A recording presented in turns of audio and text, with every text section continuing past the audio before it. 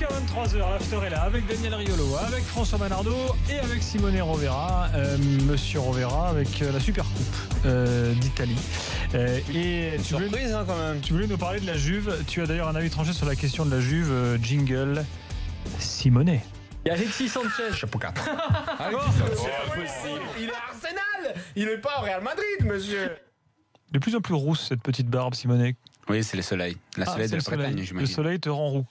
Oui. Très bien. Donc la Juve. Alors, la Juve, déjà, il faut dire que, comme hier soir, j'étais au Donc ils ont Rodoro. perdu la Super Coupe Oui, face à la Lazio. On s'est posé la question, qu'est-ce qu'elle a fait hier contre Un beau Rodoro? match, 3-2. Je l'ai vu cet après-midi, bien sûr.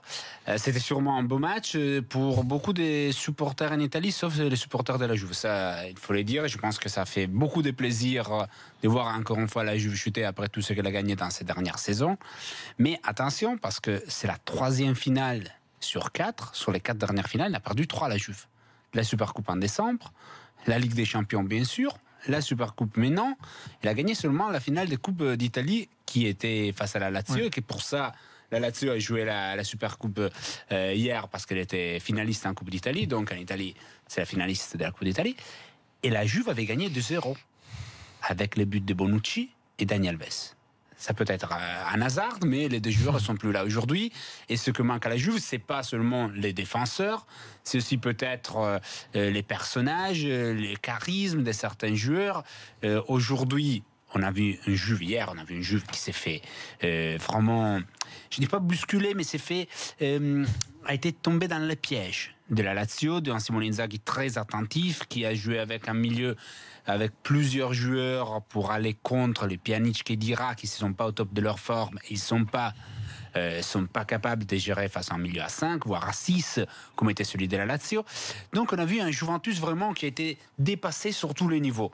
Tactique, par Inzaghi qui a dévancé Allegri, physique, il y a eu aujourd'hui un post sur Twitter des excuses présentées par Higuaín aux supporters de la Juve pour le match d'hier, par le nom de tout le monde, mais lui aussi doit être les premiers à être coupables, et comme il a fait un post sur Twitter, je pense qu'il a compris que sa condition physique est pas acceptable, comme celle de Mandzukic, comme celle de Barzagli qui a 36 ans, donc on peut se poser la question. C'est à la Juve que les mecs soient pas affûtés et tout, parce que c'est très contrôlé.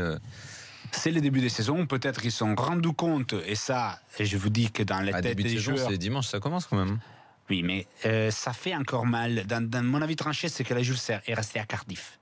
Il est resté à Cardiff surtout dans la tête. Ils se sont rendus compte qu'ils ont perdu physiquement ces duels avec le Real Madrid en deuxième mi-temps, puis ils ont été mangés, dévorés. Oui, mais cette deuxième mi-temps, on sait depuis quelques semaines, alors qu'on n'avait pas d'explication, que ce qui s'est passé à la mi-temps dans le vestiaire, les explications qu'on a compris après avec le départ de Bonucci, qu'il y a eu beaucoup de choses aussi dans la semaine qui a précédé, où certains joueurs étaient au Grand Prix à Monte-Carlo et ont un peu trop fait la fête.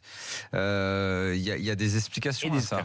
Mais aussi que le Real Madrid courait 3 fois plus, c'est-à-dire c'est aussi une sorte de peut-être programmation. Fred nous a raconté 100 fois cette saison, à la fin de la saison dernière, que physiquement le Real avait tout préparé pour être au top. La Juve s'est rendu compte qu'il avait mal préparé la fin de la saison. Comment ils vont revenir de Cardiff? Est-ce que je les ai trouvés pas très actifs sur le marché des transferts? Ils vont bouger? Qu'est-ce qui va se passer là? La vérité, qu'ils ont été très actifs sur le marché des transferts, soit en départ, soit en sortie, mais surtout offensivement. En entrée, rappelle-moi. Parce que... Douglas Costa et Bernardeschi sont deux joueurs d'énorme qualité. Oui, mais Douglas Costa, ils l'ont signé tôt, dès début juillet, et Bernardeschi, c'est une super recrue. C'est un super recrue. J'adore ce joueur. Tu te retrouves avec 2 joueurs en plus sur les côtés, parce que Cuadrado, hier, était imprésentable. Les Cuadrado qu'on a vu hier, c'était les pires peut-être dans les 2 dernières saisons à la Juve. Mais tu te retrouves encore avec Pjanic, Khedira, que tu dois espérer qu'il tient les coups jusqu'à la Coupe du Monde, et peut-être il ne pense pas l'année dernière, je dois jouer la Coupe du Monde. Et Marquisio, c'est un autre point d'interrogation. On ne sait jamais s'il va revenir en forme. Pourquoi il est alors toujours sur le banc au début des matchs importants? Et en défense, ils ne vont pas prendre un mec alors que Banzal est quand même vieux et tout? En défense, ils ont cherché. Il y a l'hypothèse d'Evraï, de la Lazio. Ils ont parlé beaucoup de faire arriver plutôt Caldara, qui est joueur de l'Atalanta, qui est déjà acheté pour la saison prochaine. Mais ils disent qu'ils ne s'inquiètent pas trop parce qu'ils ont les jeunes, là, Rugan. Sauf que Rugan ne joue pas. Benatia est titulaire et quand tu changes quelque chose, Benatia est titulaire. Quand tu changes quelque chose, tu fais rentrer un De Sciglio qui était malheureusement pour lui catastrophique, qui a fait bien marrer les supporters du Milan, qui n'en voulaient plus de lui. Oui, non, c'est vrai ils ont pris des mecs en fait. Ils ont pris des joueurs. Je dis ils n'ont pas été, mais c'est parce qu'en fait ils les ont bouclés assez vite. Mais ce que je dis, c'est qu'à niveau mental déjà, la défaite de Cardiff fait encore très mal. Et probablement ils ont décidé d'échanger quelque chose sur la préparation d'été. Hier, Allegri a fait comprendre qu'il n'était pas satisfait du niveau physique de certains joueurs pour voir si cette saison ils vont terminer mieux que la saison dernière. Moi, je reste convaincu que la Juve c'est l'équipe plus forte en Italie et il faudrait quelque chose vraiment d'extraordinaire pour voir une autre équipe s'imposer, et la seule équipe qui peut s'imposer, faut voir avec tout ce que fait Milan là, avec tous les on a l'impression qu'ils ont recruté 250 joueurs. Bonucci, demain sur la Gazzetta dello Sport, il y a un entretien qui sort demain, mais il dit mon arrivée au Milan, c'est un peu comme celui de Pirlo à la Juve à l'époque. C'était les joueurs qui avaient tout changé.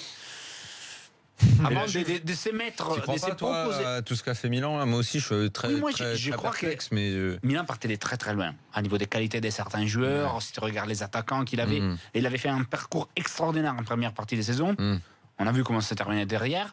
Mais déjà, un Bonucci qui arrive avec un peu l'arrogance de dire « moi, comme Pirlo à la Juve », déjà, toi, t'es pas Pirlo. Avec tous les biens que j'ai pour Bonucci, toute l'affection humaine pour ces joueurs, pour cet homme qui a fait des choix importants la saison dernière pour à côté de sa famille, ne pas partir, pour les joueurs extraordinaires qu'il est. C'est pour ça qu'il n'est pas parti plus loin. Non, mais qu'il n'est pas parti par exemple à l'étranger, qu'il est resté en Italie. Il voulait, c'était que des clubs italiens. Et quand s'est proposé Milan, il a dit oui. L'Inter arrivait très tard sur ces dossiers, donc il n'y avait pas de débat sur ça. Donc, si je peux participer. Tu sais pas ça. Non, mais je suis pas d'accord avec ce que tu nous racontes sur la finale, parce que la Juve, elle a cette capacité, puisqu'on parlait de mental d'un club tout à l'heure en parlant du Real, c'est la même chose du côté de Turin. Ils ont une capacité à se régénérer. En plus, sur cette finale, il n'y a pas d'injustice. Ils sont vraiment battus par plus fort qu'eux. La Juve est suffisamment mature pour le reconnaître. Je pense pas. Alors évidemment, tu as la déception, mais ça fait quand même. Attends, juin, ça fait 1 mois et demi, 2 mois presque. Sur des sportifs, ils se régénèrent très vite. Ils savent que sur ce championnat d'Italie, ils font 2 doublés successifs. Bien sûr. Le Milan est en train de revenir, certes. Naples va être un adversaire coriace avec la Roma aussi, mais quelque part, ça reste la Juve. Ils laissent pas une finale leur pourrir. Et puis c'était que la Super Coupe. Ouais, après c'est pas une finale. Il y avait. Moi, j'aurais été intéressé que vous expliquiez le piège de la Lazio. À quoi il a ressemblé ce piège? Les pièges, c'était ça. C'était d'utiliser. C'était une chose que Inzaghi avait déjà fait, même en Coupe d'Italie, n'a pas bien marché. Il avait fait avec la Roma en demi-finale qui a bien marché. Non, mais la Lazio, elle a fait. La Lazio était sans Keita, des super sans matchs, Felipe Anderson, donc avec un milieu plus renforcé pour profiter des faiblesses, récupérer les ballons et avoir la gestion du ballon à la place de la Juve qui. Non, ils ont eu plus de possession. Ils ont eu une meilleure possession, on peut dire. Il arrivait vraiment à utiliser mieux le ballon, et la Juve, si tu n'as pas Mandzukic au 100% de sa condition, sur cette position de latéral offensif, où il doit participer à l'action. De joueur de couloir où il bosse, c'est un mec qui bossait tellement, s'il n'est pas au top, il peut pas faire. Il nous reste 2 minutes 20 là. Un mot de Naples quand même avant de te quitter. Juste un petit tweet avant, j'ai Smart91 qui me dit Daniel Riolo ambassadeur, vu son niveau de diplomatie, c'est mal barré. C'est absolument faux. Alors là, je mets tout le monde d'accord très vite. Alors on me dit non, Naples, on en parlera demain. Parfait, alors on va parler de Condrobia. Alors, très bien, donc Naples demain, on sera la veille du match, c'est très bien. Dis-moi un mot d'Aubameyang qui a envoyé un message sur les réseaux sociaux hallucinant. Genre, Milan, quand est-ce que vous m'appelez, je vous attends. Le problème est que Milan, comme on a déjà dit, il a tellement dépensé qu'à un certain moment, quand Dortmund continue à demander 70-80 millions pour un jour. Vas-y. Ça devient compliqué. Milan, qui aujourd'hui a pratiquement vendu Bacca, qui a quitté l'entraînement, il va partir à Villarreal, prêt avec obligation d'achat sur les 16-18 millions. Milan va investir cet argent sur Kalinic. Aujourd'hui, il y a aussi même un accord, on peut dire, entre Genoa et Fiorentina. avec les petites Simeone qui va aller à la Fiorentina, va prendre la place des Kalinic qui va aller à Milan. Quand tu dépenses déjà tout l'argent et tu dépenses encore plus de ce qui rentre dans tes caisses pour Bacca, tu dépenses déjà pour Kalinic, 70 millions pour Aubameyang, et je comprends Aubameyang qui dit oui mais j'ai donné ma disponibilité et Milan m'ont plus appelé, mais si Dortmund dépense tout cet argent-là, Milan ne peut pas dépenser. Et je suis sûr qu'aujourd'hui, avec les prix qu'on voit de Mercato, quand même, Aubameyang ne peut pas être 70 millions. C'est un profil déjà qui est un peu plus dépassé, je peux dire. Morata, oui, okay. Mais Aubameyang, non. Demain, donc Naples au programme sur BFM Sport. On va juste voir les buts de Galatasaray. Là, vous pourrez les voir un peu plus tard également sur rmcsport.fr. Sur le foot italien, juste une dernière info pour vous dire que les supporters de Naples ont été interdits de déplacement à Nice. Et l'inverse, c'est aussi vrai. Hein. Ouais. Donc à Naples, on a refusé de vendre des billets aux Français, aux gens qui habitent la France. Et donc aujourd'hui, on apprend que les supporters de Naples sont interdits de déplacement à Nice pour des raisons de sécurité. On va parler demain à l'heure de Kondogbia parce que on en parle demain. Tu reviens demain, bien sûr. L'after sera là demain de 21h à 23h, même horaire qu'aujourd'hui. Donc on vous donne rendez-vous demain. Évidemment, bonne nuit à tous et à demain soir. À bientôt. Salut.